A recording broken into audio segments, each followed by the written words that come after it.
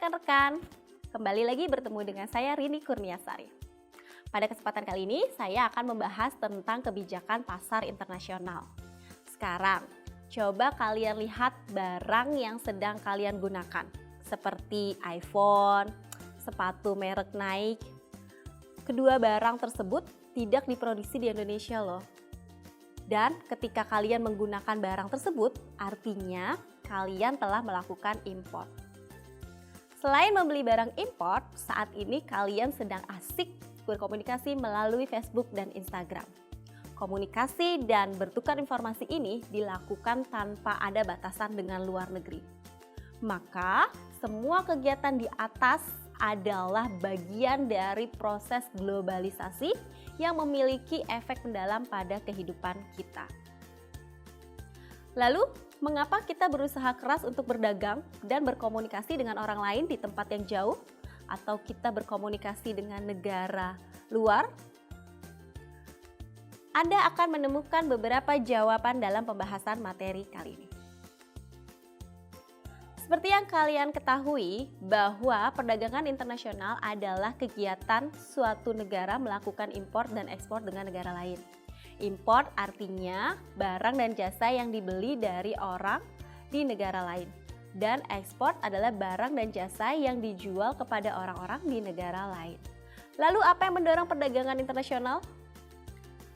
Yang mendorong perdagangan internasional adalah keunggulan komparatif, adalah kekuatan fundamental yang menggerakkan perdagangan internasional. Keunggulan komparatif sendiri artinya adalah situasi di mana seseorang dapat melakukan sesuatu kegiatan atau menghasilkan barang dan jasa dengan biaya peluang yang lebih rendah daripada orang lain. Gagasan yang sama ini berlaku untuk negara-negara juga. Artinya jika negara tersebut mampu menghasilkan sebuah barang dengan biaya peluang produksi yang rendah, maka negara tersebut memiliki keunggulan komparatif. Contoh dalam kehidupan nyata adalah sebagai berikut. Indonesia adalah negara yang memiliki sumber daya alam yang melimpah. Tanah yang subur juga menjadi andalan Indonesia. Dengan demikian, Indonesia lebih mudah untuk menanam pohon karet. Jadi, Indonesia memiliki keunggulan kompetitif dalam memproduksi karet dibandingkan dengan negara lain. Lalu, karet yang dihasilkan di Indonesia ini akan diekspor ke negara Amerika Serikat yang tidak bisa menghasilkan karet dengan kualitas yang baik seperti di Indonesia. Dengan demikian, maka Indonesia memiliki keunggulan komparatif di dalam produksi karet. Kemudian, apa keunggulan komparatif yang dimiliki oleh Amerika dibandingkan Indonesia? Mari kita lihat. Biaya peluang untuk memproduksi pesawat terbang lebih rendah di Amerika Serikat daripada di Indonesia. Sehingga Amerika Serikat memiliki keunggulan komparatif dalam memproduksi pesawat terbang. Dengan demikian, Amerika melakukan kegiatan ekspor pesawat terbangnya ke Indonesia.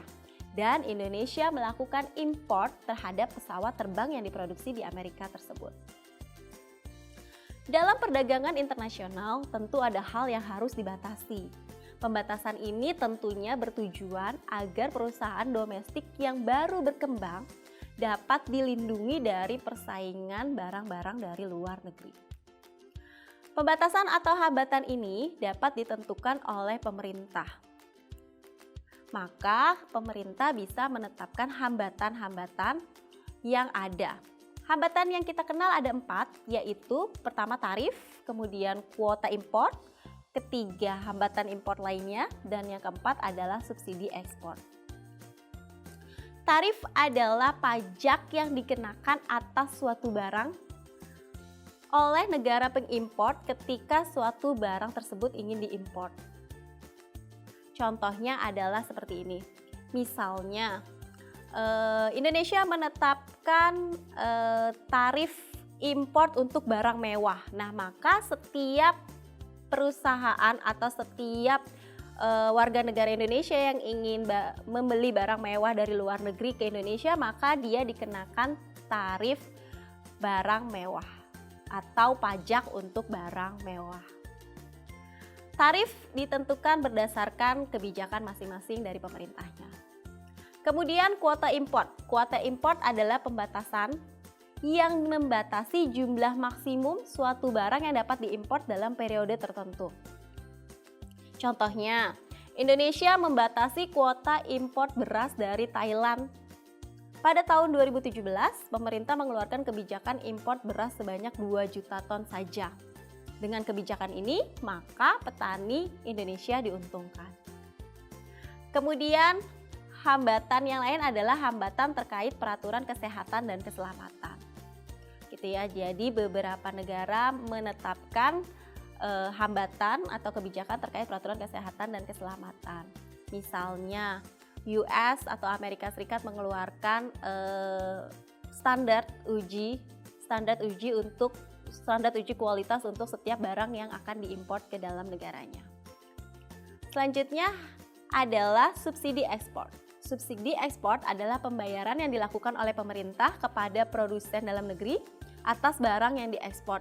Jadi artinya untuk mencegah impor yang terlalu banyak, maka pemerintah memberikan insentif kepada pengusaha untuk melakukan ekspor. Jadi pengusaha bisa milih nih, dia mau melakukan impor atau ekspor. Karena kalau dia membeli ekspor, dia akan diberikan insentif, maka dia akan mengurangi impor. Demikian penjelasan saya mengenai kebijakan pasar internasional. Terima kasih dan selamat belajar.